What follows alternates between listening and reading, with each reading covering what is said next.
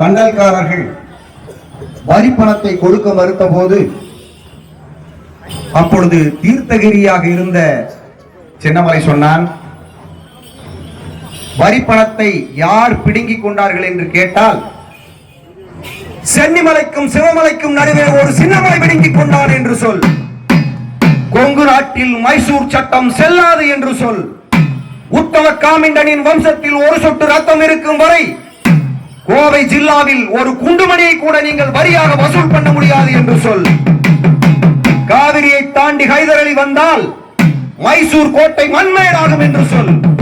உருவிய வாளோடு 1000 கொங்கு சிங்கங்கள் உயிரெடுக்க தயாராக இருக்கிறார்கள் என்று சொல்.